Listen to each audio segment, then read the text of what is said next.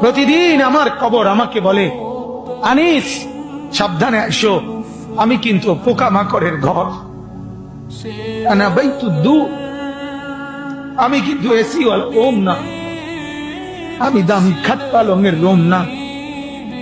কবর আমাকে বলে, আনিস আমি কিন্তু পোকামাকড়ের ঘর, আনা বাইতুল ওয়াহদা, আমি একাকী ঘর, একাকী ঘর, যে ঘরে আর কেউ থাকবে না, কেউ না, কেউ না, কেউ না।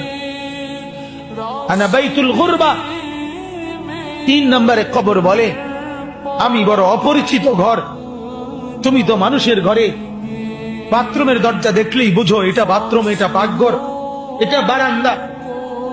কবর বলে, হে আল্লাহর বান্দা, কবর এসে দেখে কিছুই চিনবা না, ডান বাম কিছুই পাবা না, আমি বড় অপরিচিত ঘর।